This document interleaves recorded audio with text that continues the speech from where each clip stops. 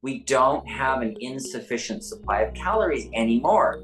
It used to be that way, and that's the way human beings have always lived, except for the kings. So if you look back on the history of medicine, and you go back to the Babylonian times and Greek times and Roman times and all the way back through history, there were certain diseases that were known to be only among kings, only among the royalty. And these diseases, one of them was type 2 diabetes. It's not something that was unknown before the modern era, but it was only found in royalty. Why? Because they ate every day.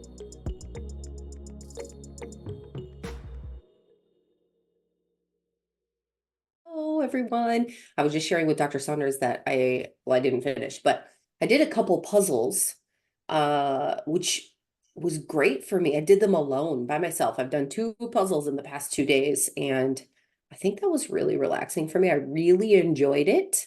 In fact, I may have stayed up a little too late last night to try to finish it, so that would be the only downfall. But that is something I'm finding that I really do enjoy. So we were just talking about things that are relaxing for us. What do you guys do to really relax?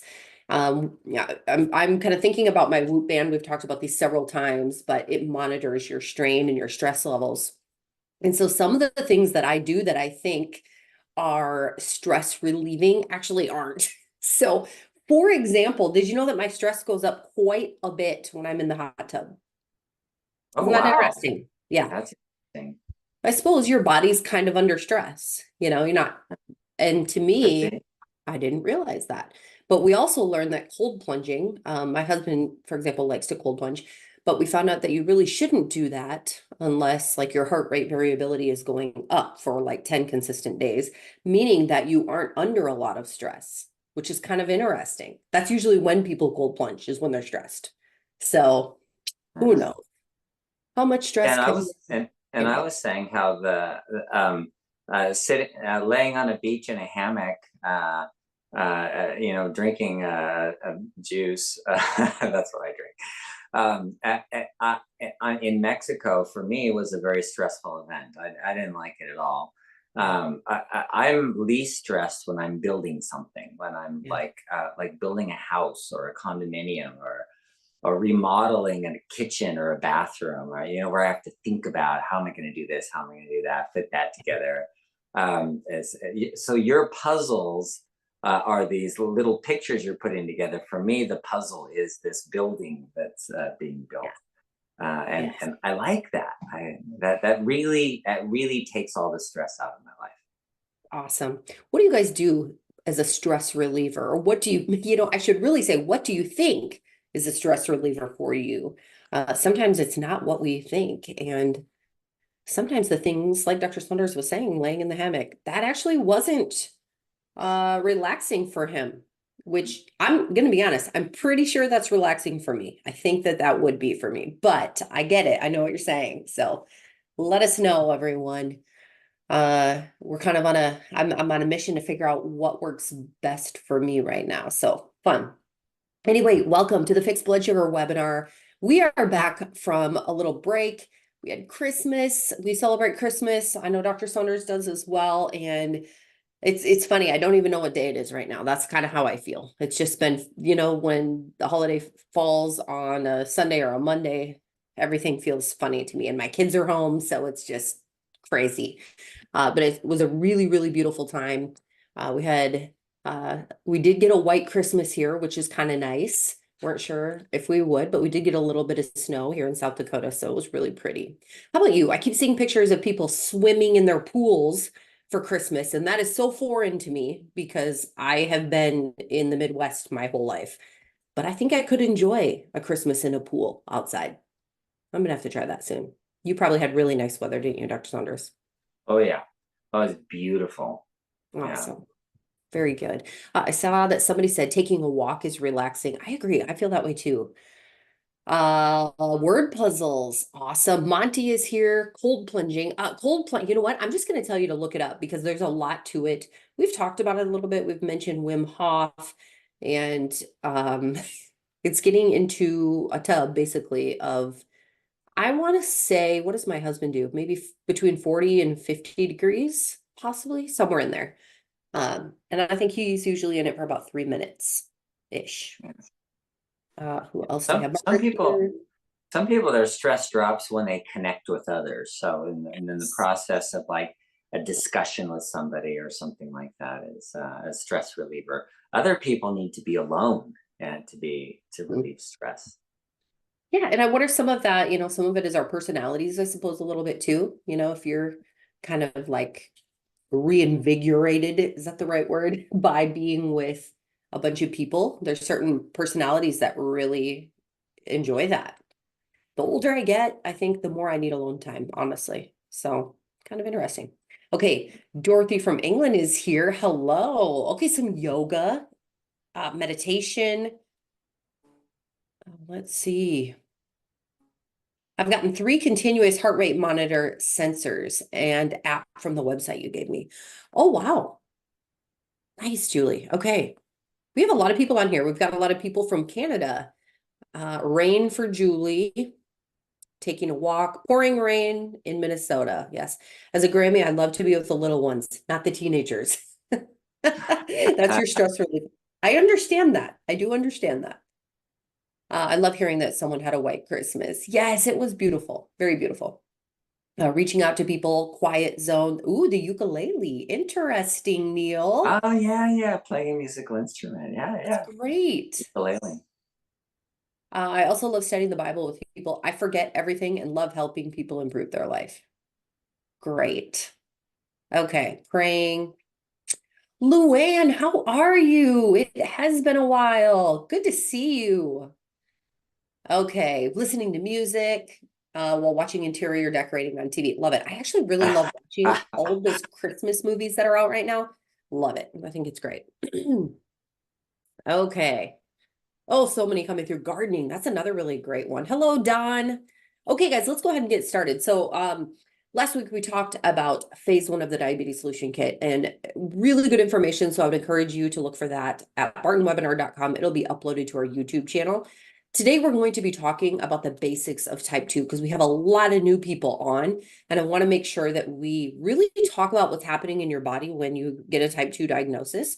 And then we're going to also open this up to your questions. So if you're watching this live, would you please go to the Q&A on Zoom and type your questions in there as we go? Those of you on Facebook and YouTube, you can post those in the comments. We'll do our best to get to those as well. So what I want to do today is just, Dr. Saunders, I'm going to start, let's do a disclaimer. First of all, Dr. Saunders is not your doctor. He is an amazing doctor, but he isn't yours. So I want to make sure that you guys discuss everything with your primary care person before you implement any of the things that we tell you to do. Most of the information that we're giving is for general purposes, right? So that was our quick disclaimer that we always have to do. But Dr. Saunders, tell us what is happening in the body when we have type 2. Okay, it's actually really simple because the body needs energy, and historically, if you think throughout history, there has been a lack of energy, an insufficient supply of energy. At least at times, there's always been famine in the world, and human beings in general. One of the problems of being human is finding enough food. And so people had to go out and search for food, and they were foraging, and then they started growing their own food. Oh, I could take this plant. I really like this stuff, and I'm going to grow it so that I can have so that then I have a whole bunch of sweet potatoes so I can eat them. And then some disease comes, or an early snow comes and destroys all your sweet potatoes, and then you don't grow any. And then what? Then you're searching around for food, and there's not enough. And this is historically speaking, looking throughout history, the issues of being human are issues of getting enough calories. And so, what has changed in the last 100 years is that there's no insufficiency in calories. You can actually eat something anytime you want, and you can call on your phone and go, okay, I'd like to I'd like to have Chinese food delivered to my house in 20 minutes because I'm hungry. You know, you don't even have to wait to be hungry for even an hour. You know, you could get it quickly, and you know, Uber Eats will deliver it. Boom, it's there.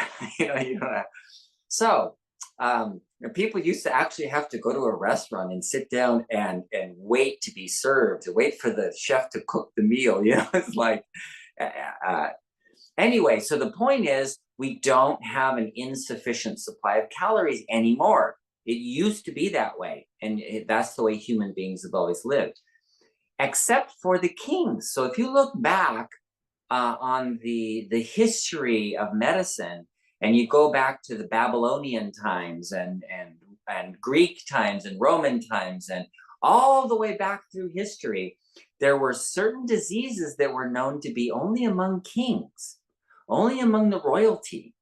And these diseases, one of them was type 2 diabetes. It's not something that was unknown before the modern era, but it was only found in royalty. Why? Because they ate every day. And not only ate every day, they ate a lot every day. And they didn't have to exercise and they got fat. And they sat around because somebody else did the work for them. They had servants doing. Gosh, I was in Versailles a few weeks ago, and that just for the royal family living in Versailles, they had 10,000 servants coming in every day to chop the wood, to cut it up into pieces, to fill all the fireplaces with wood, to cook all the food, to grow the food, to mow the lawns. How do you think they mowed the lawns? They had acres and acres. We walked all the way around all the lawns. It was 10 miles, 10 miles. So, and somebody had to mow all of that. And they didn't have lawnmowers. So they had thousands of people going to take care of one royal family. And so how much work did that one royal family have to do?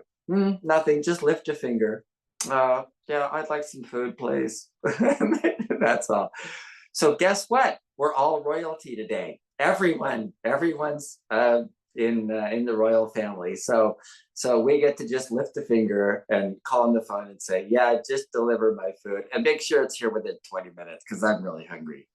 So and if they don't, then you don't give them a tip, right? So anyway, so because of that, we have the same kinds of issues, and it's really simple, and that is type 2 is too much. Does that make sense? Type 2 is too much. So too much means too much what? Too much carbohydrates, too much fat, too much protein. Okay, so those are what we call macronutrients. Macro meaning you can see them. Micro meaning you can't see them without a microscope. So the micronutrients are like selenium and calcium and manganese, minerals and vitamins and stuff like that you take milligram quantities of. But these gram quantities, these are carbohydrates, fats, and proteins. And so since we've always been starved, we meaning human beings have always been starved for carbohydrates, fats, and proteins, the body becomes very efficient at getting them and holding on to them. And in some areas more than others. So people who are from like South Sea Islands or indigenous Americans, some of those tribes are extremely efficient at holding on to calories. And so what happens is they eat small amounts and they're so efficient, they store it all. So they get fat really easily. And then their cells, individual cells, you think you have like 100 trillion cells in your body, and they're storing energy. Not all of them store energy, but a lot of them do. The majority of them do. So they're storing energy, they're storing sugar in them. Well, what happens if you're eating every single day and you never use it? You're not out running around and exercising and mowing a lawn with a machete, 10-acre lawn with a machete, and doing gardening. People say going for a walk and gardening. Yeah, that's something, but it's not like working all day long, physical labor all day long, which people had to do throughout history. So what we have now is those cells filling up because they're super efficient at holding on to all that extra energy. Oh my gosh, energy, energy, I need that, I need that, I need that. And so they fill up. And then what happens when they're full, when the cell is full? Well, sometimes they get toxic and they die. And if you've ever heard of fatty liver disease, that's the liver cells dying. Because they have too much energy and they die, and then it's all made into fat, and then it makes these fat globules all over, which are just the remnants of the cells that are dying. And so you have fatty liver disease from dying cells. The other cells, like the muscle cells in your body, they fill up with glycogen and they say, no, full, we're done here. So they quit making something called insulin receptors. And insulin receptors, there's thousands of them all over a cell. There's thousands of them all over the place. So that when insulin comes along, it's like a key. It opens up and lets the sugar in. But the cell says, we have enough sugar, so it stops making insulin. So the insulin comes along, there's no receptors. So it goes off somewhere else, no receptors, no receptors. So then the sugar is not going into cells, so the sugar's going up. And the pancreas is going, hey, wait a minute, we need more insulin here, and starts making more insulin because the sugar's going up. And they go, wait, we need more insulin, and then sugar's going up because there's too much sugar, too much fat, too much protein, and too much insulin. And so all of the big problems that we have, like kidney failure, Alzheimer's disease, amputations of the feet, blindness, that's all from insulin. It's insulin resistance. Resistance meaning the cells are not making insulin receptors anymore. Well, your brain stops making insulin receptors in the blood-brain barrier, and now you can't get sugar into your brain, and your brain starts dying of starvation, and your kidneys dying of starvation, and your nerves are dying of starvation, and nothing's working right because of this insulin resistance. So how do you get insulin sensitive? It's really simple. What you do is you have this cell that's all full of sugar. What do you have to do? Well, you have to use up all that energy. How are you going to use the energy? Well, running's a good idea, or walking, or gardening, or all of the things you talked about that you that use muscles for energy. Because when you're using muscles, you're using energy. And then Julie just is giving me the answers here. Thank you, Julie. The next thing you could do is not eat. And that's like weird. People go, what do you mean not eat? You have to eat. Well, you know what? In the old days, people had to eat because there wasn't going to be any tomorrow. So you eat today because there's not going to be any. So we can assume today that there's going to be some food tomorrow. So you can not eat. It's okay. So Julie said fasting. Fasting means empty stomach. That's what it means. So people are often misunderstand fasting. They put in, oh, you could do a water fast or a juice fast or a vegetable fast, or I don't know, whatever. If you're eating stuff, you're not fasting. You're fasting when your stomach is empty. That's what that means. So if you're putting things in your stomach, you're not fasting. So it's okay to fast. There was the guy that holds the record is from Scotland, 1968. He weighed 480 pounds, and he fasted until he weighed 180 pounds. So he lost 300 pounds in a little over a year and a month of not eating anything, 0 calories for a year and a month. He was actually drinking black tea and water. Anyway, so when you have a lot of extra fat on your body, there's something simple you can do, and that's fast. If you're not eating, what are you going to do? Well, you're going to take all that extra food, all the extra energy that you've been storing and storing and storing for years, and now you can start using it. And then that's where when you've used it all up, then the cell goes, oh my gosh, we're running out of energy. We need more energy. And it starts making insulin receptors and filling up the cell with insulin receptors. And then the insulin comes along and goes, oh, look, boop, boop, boop. and the sugar starts going into the cells, and the blood sugar drops down to normal, and the insulin drops down to normal, and the blood sugar drops down to normal, and everything starts working again. And so it's really quite simple to think, if you're toxic on something, don't eat it anymore. Don't take in any more of it. I had a guy who was had 50 times the upper limit of normal of mercury in his body. I got a call from the laboratory. We have a panic value. Is this guy still alive? And I'm like, yeah. And I called him and I said, how you feeling? He said, well, you know, fatigued. And I said, well, you got to get the mercury out. So he has to quit eating swordfish. That's what he was doing. He lives in Santa Barbara and he loves fishing. So he goes out to the channel and fishes and takes in swordfish. And then, you know, because it fills his freezer with swordfish and just eats it every day. And so that everyday swordfish had to go. Right? He doesn't want to take in any more mercury because the body doesn't have a good way of getting rid of it.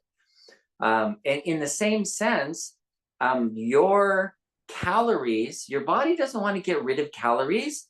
Your body's made to store calories because that's what you need, right? When there's not enough food around, you have to have some storage available because, you know, there's not always going to be food that day or that week or that month, right? So using up, when you're toxic on something, use it up, get rid of it. On the one hand, that's the exercise part, and then don't take it in. So our program is not fasting. What we've put into the program, fasting is one way. Another way is to not take in the carbohydrates. So if you allow your body to use up all the stored carbohydrates that are in those cells, just use it all up, because you're not taking any extra in. And most people, that will work for them. Some people have gone on here and said, I don't know what's wrong. It's not working for me.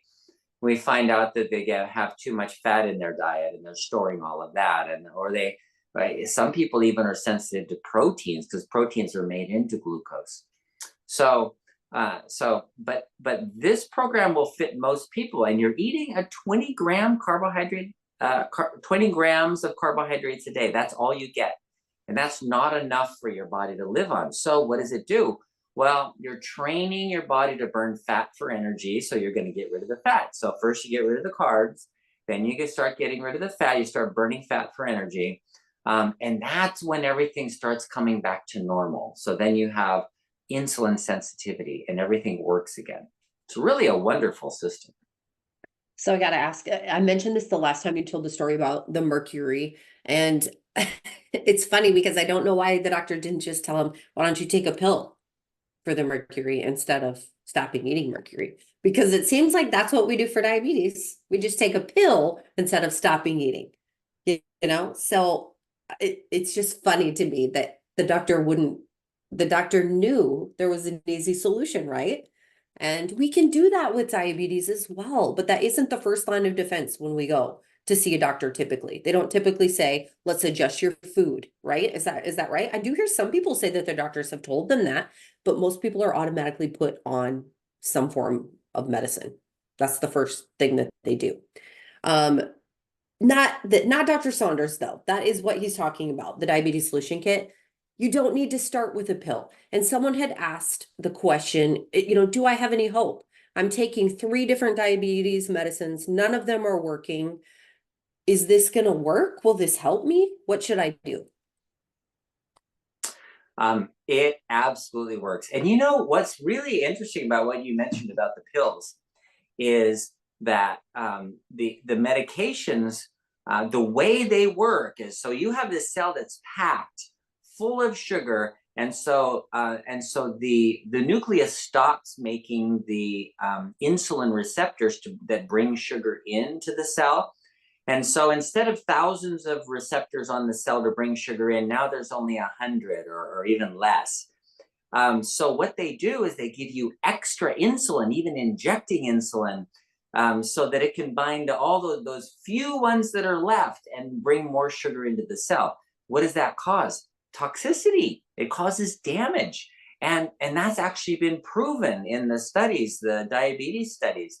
People that are on medications, including insulin for type 2, have more Alzheimer's disease, more heart disease, more amputations, more blindness, more kidney disease, kidney failure on dialysis than the ones who have higher blood sugars, who are not using any medications and have high blood sugars and high blood pressure and aren't managing their diabetes with medicine.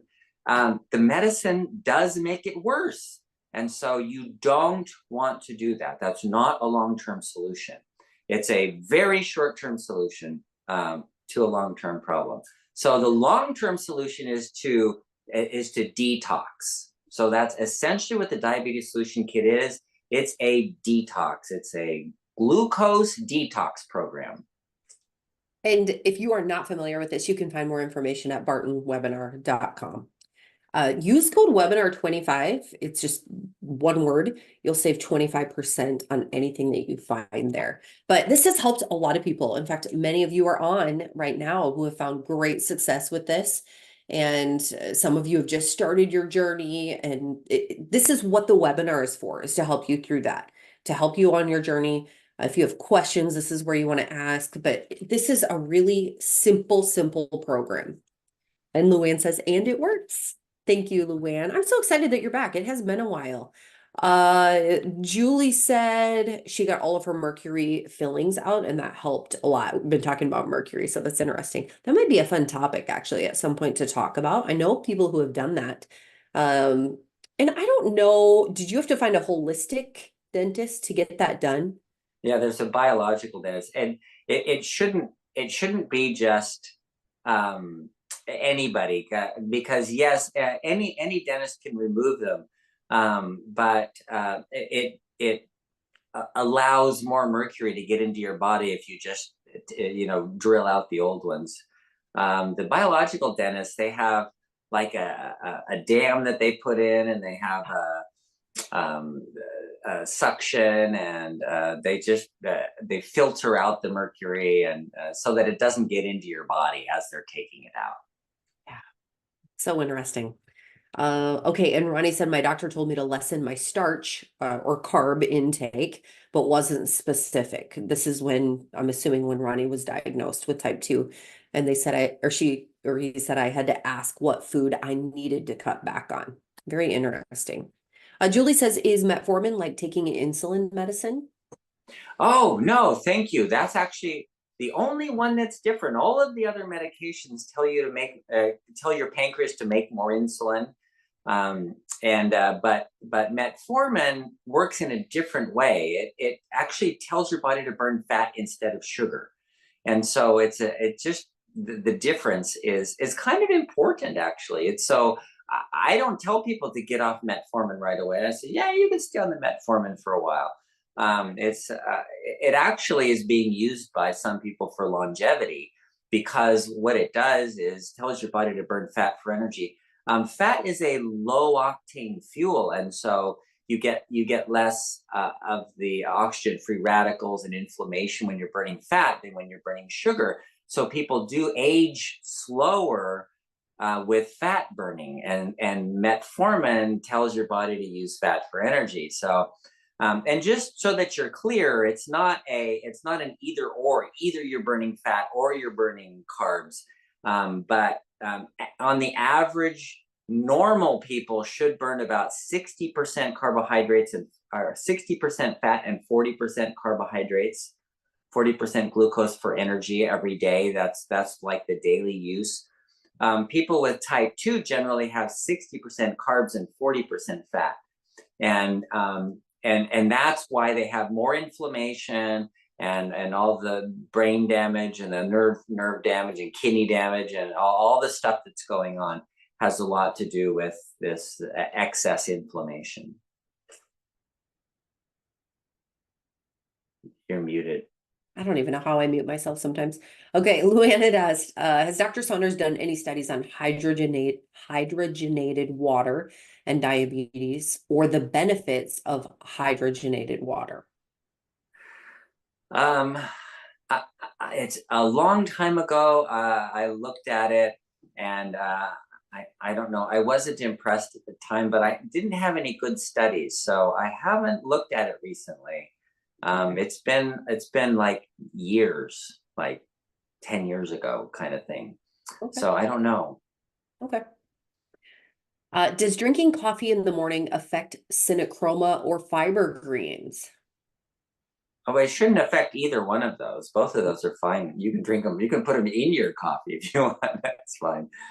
Okay, Yeah. and I want to talk about this too. Many times you have said that our supplements, we should really look at them like food. Is that true for all of the supplements that we have? Let's see. Synochroma, yes. Nervala, yes. Yeah, the healthy heart, yes.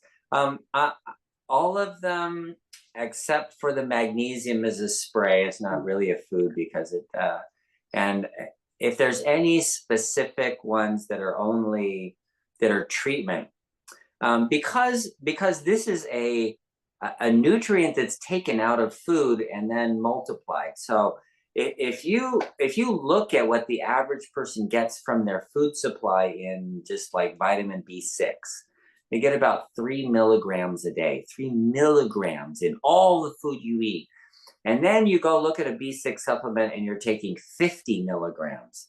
You're taking more than 10 times what you get in your diet is in this little pill. And you really don't need that much. And so that's why I'm an advocate of taking weekly supplements, once a week if it's a supplement.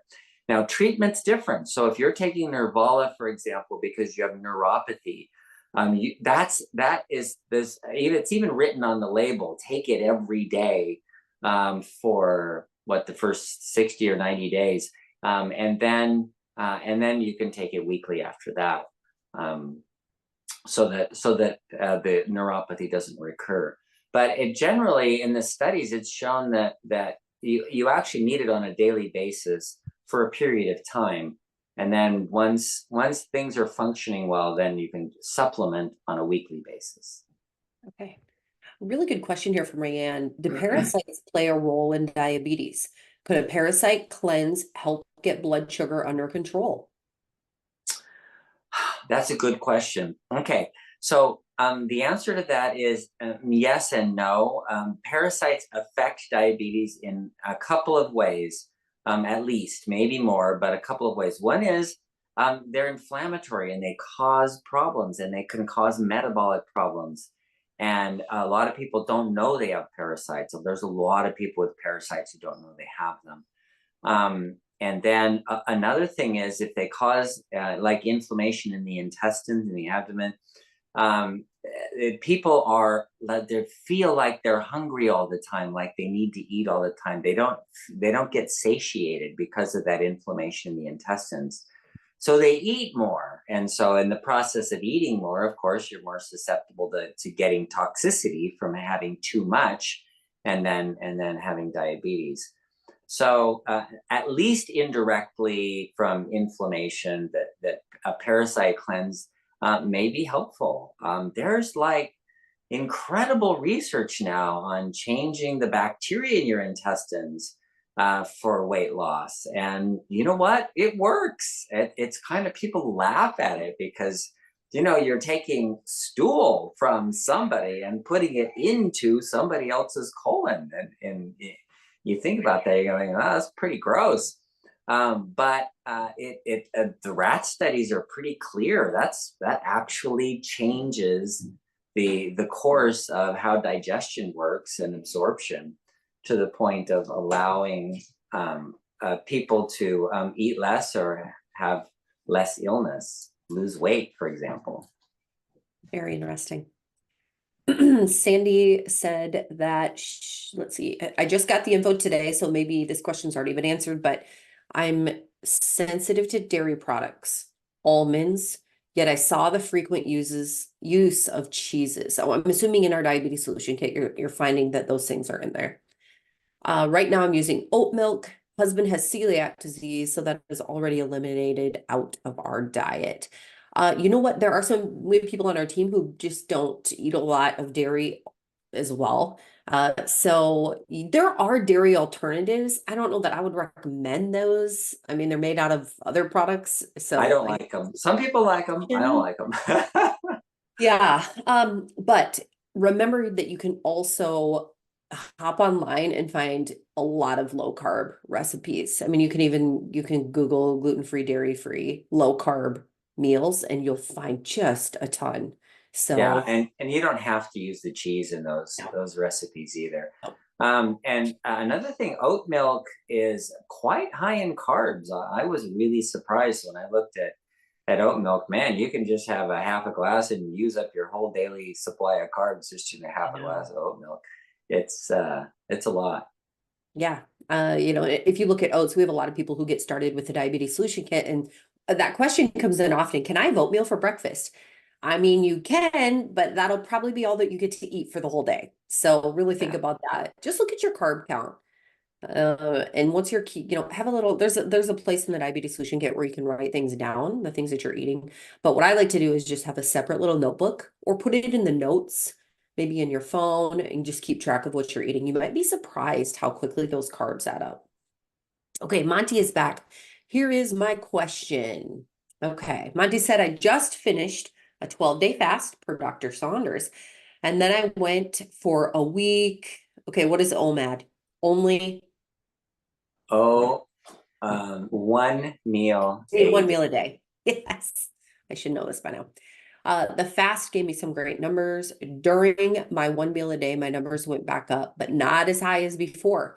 I can see I'm very insulin resistant. I am now on the third day of a planned 30-day fast. I'm mentally and emotionally prepared. I did hit a wall during the 12-day fast and I pushed through the fifth day, thanks to cheerleading and motivation from Dr. Saunders. Will I expect to hit a wall a few more times during a 30-day fast? Any ideas for me as I hit these walls? Also, a side question. Is drinking sparkling water that says it's raspberry flavored okay? It doesn't taste too sweet to me. What about plain sparkling water with either lemon or lime? The broth 2 times a day is great and helpful. Thanks all. Okay, Okay, a so few different so questions in there. so the flavored water is still just not a good idea. Just water or sparkling water would be okay if that's the way you drink your water, and that's okay. But the flavor in there induces insulin, and what the purpose for what you're doing is to reduce insulin. And so the fewer times that you eat, the fewer times that you take in anything, even water. Really interesting with the animal studies how having less water was beneficial during a fast. The numbers improved if they didn't put anything in their stomach during the fast. But if you're doing a 10-day fast or a 30-day fast, yeah, you're going to drink water. That's fine. But if it's plain water, great. If you're having some bone broth occasionally, that's okay too. But I would avoid the flavored waters. How about adding the lemon or lime to it? Yeah, even that. Okay. People don't realize lemon and lime has a lot of sugar in it. It's not a. I mean, yeah, you're only squeezing, I don't know, a half a lemon into it, but yeah, Yeah. avoid it. Okay. I'm see if there were any thoughts about, let's see, any ideas for him or anyone else who's fasting when you hit a wall? Yeah, the wall. Okay. So first, if you're during the fast, if you're not drinking anything, then you're going to get thirsty. And when you get thirsty, you drink small amounts at a time. So you drink like 4 ounces of water. And then, an hour or two later, you drink another 4 ounces of water or whatever until you're not thirsty anymore, and then you don't drink anymore. So drinking smaller amounts over time is a better way of doing it than I don't know. It's not that easy. Okay, so the wall. You're going to hit a wall again, like each time you do it. I don't know. It was several years of fasting before I stopped hitting a wall. But I would just get hypoglycemia, and I'd have to sit down or even lay down sometimes. And I even passed out in front of a group doing a presentation one time. Um, but it's after a while you just stop hitting the wall, because you switch to fat burning immediately and you never get hypoglycemic. And that's a good place to be, because then you can burn sugar, fat, carbs, fat, doesn't matter, and then you don't get toxic. Right. And if you hit a wall, you kind of just push through it and wait, and it'll come back. It's okay. I think I remember when I was doing a really long fast, and I think I got to day 3 and I was already, because I work with Dr. Saunders, I was already texting him, I think I should just quit. I think I'm better. I think everything's fine. It's probably just time to quit now. And he'd be like, nope, it's not.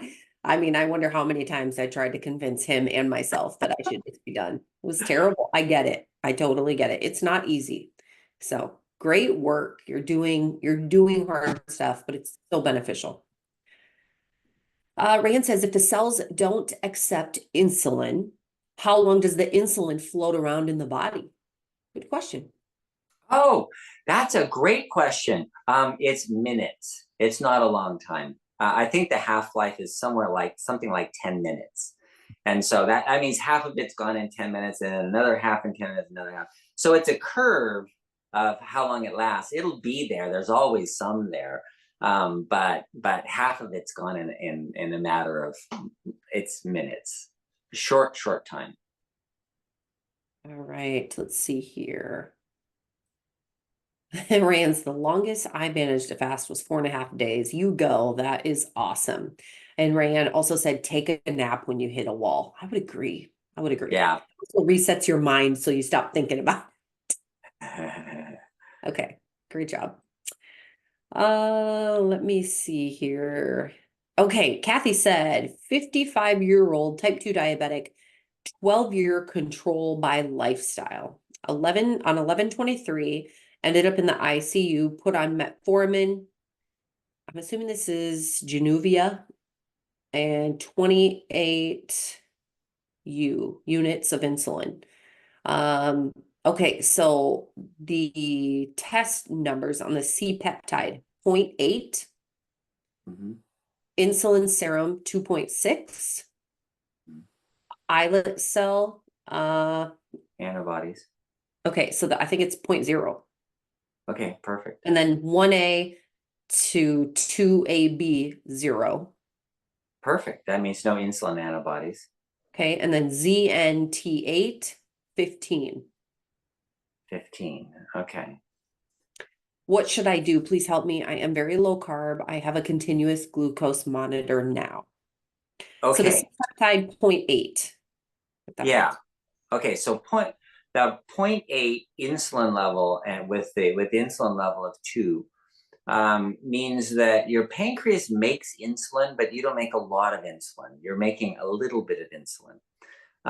And so the next step to do is called a glucose tolerance test.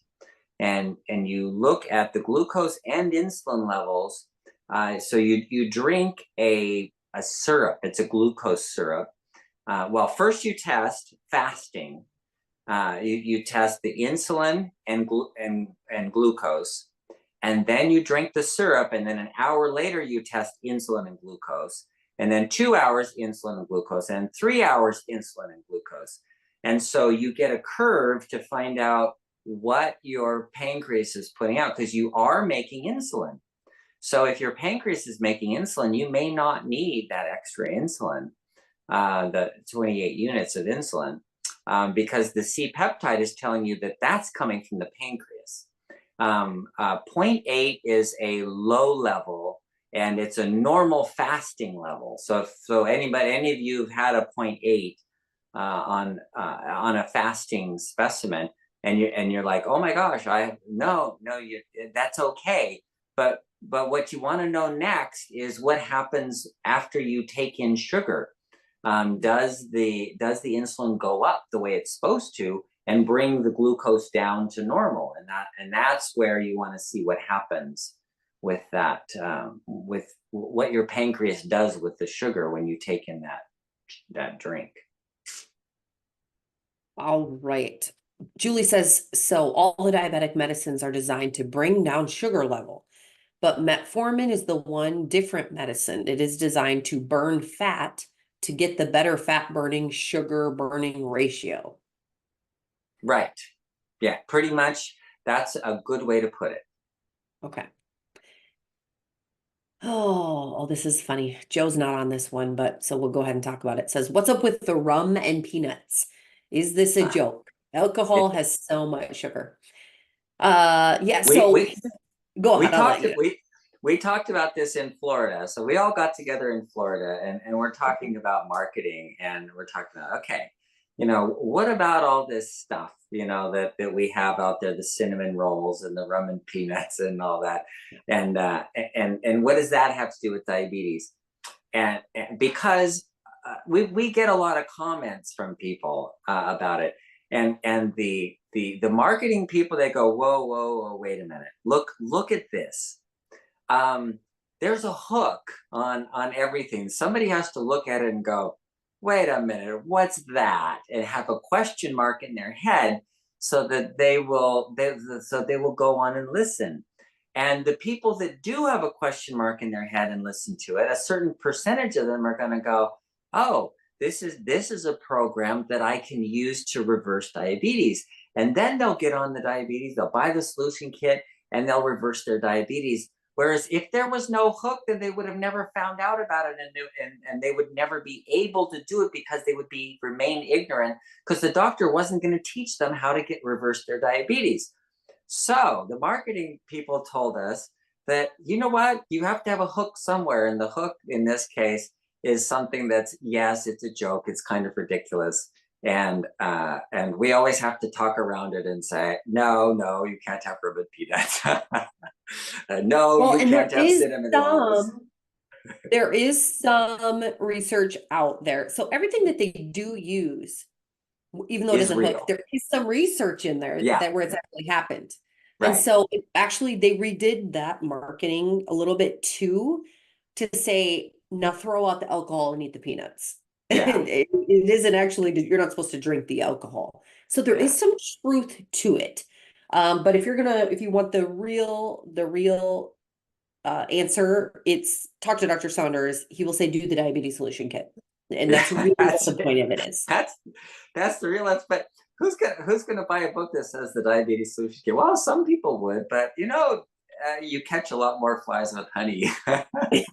Yes. But good for you for questioning it, Tom. Yeah. Because people don't. Some people are, they didn't catch it. So, yes.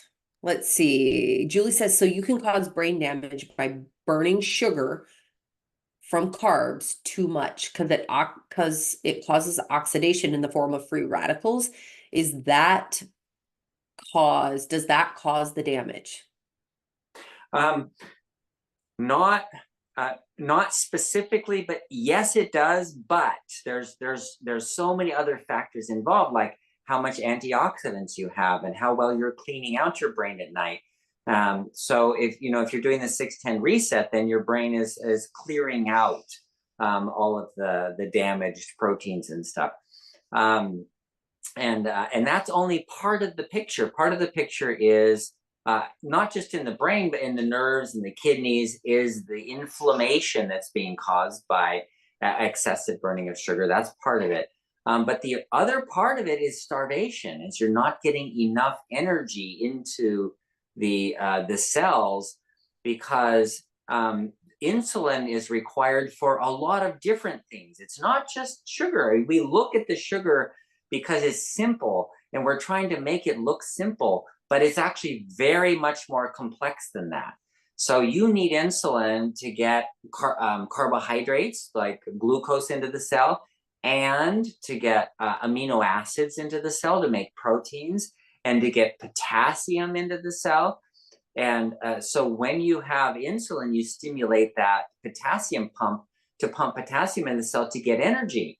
So otherwise your energy is low. You have low energy. And if the insulin isn't working and you don't have insulin receptors, then you're not getting potassium into the cell. We've never talked about that, but that's a thing. And the amino acids, that's a thing too. So there's starvation happening with the cells that have insulin resistance as well. So yes, the oxidation, the oxidative damage is a thing. That's a real thing. And if you don't have enough antioxidants, then that's going to continuously do damage. But personally, I think, I don't have any research on this, but I suspect that most of the problem is being caused by the lack of energy or the lack of nutrients that are getting into the cells from insulin resistance. Okay, Anonymous says, am I correct that high blood sugar levels can be the result of different issues? In my situation, I know that insulin resistance is a problem. However, the other day, after 3 hours of demanding meetings, I measured my blood sugar and it was higher than I've ever seen it, 200. The next day levels had returned to 130s when there was no stress. To meet the desired goal, we must find the solution from different angles. Question mark. Very good. Very good. Okay, so many of you who've been on for a long time have heard the story of Julie, who weighed over 200 pounds and had diabetes and uncontrollable, always over 200. And we could not figure out, even with 4 medications and injecting 200 units of insulin a day, we could not bring her glucose down to normal until her daughter moved out of the house. Then they became friends. They were fighting constantly while they were living together. And then they became friends, and her blood sugar went down to normal on 0 medication. She didn't even have diabetes, tested negative for diabetes after her daughter moved out. So yeah, stress is a thing. And so Julie only had stress-induced diabetes. She didn't, yeah, she was overweight. Yeah, she was drinking sodas. Yeah, she wasn't eating right. Yeah, she wasn't exercising. Of course, yeah. But her diabetes, the actual illness that is defined as diabetes, was only due to stress. Isn't that weird? You know, and that's how we started this webinar, was talking about stress reduction. So if you go back into the chat, you'll see us talking about all of the different things that we do to reduce our stress.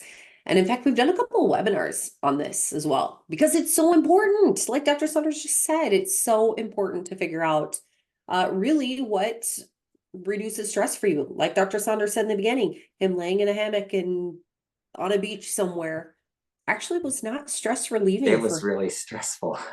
Yes, so you might be surprised. And I had mentioned that I noticed with my monitor that my stress goes up when I'm in a hot tub. I think I'm relaxing and chill, but my body is under stress in that situation, which is kind of interesting. I'm going to dig into that a little bit more because I'm curious about that. But it's good to figure out what works for you.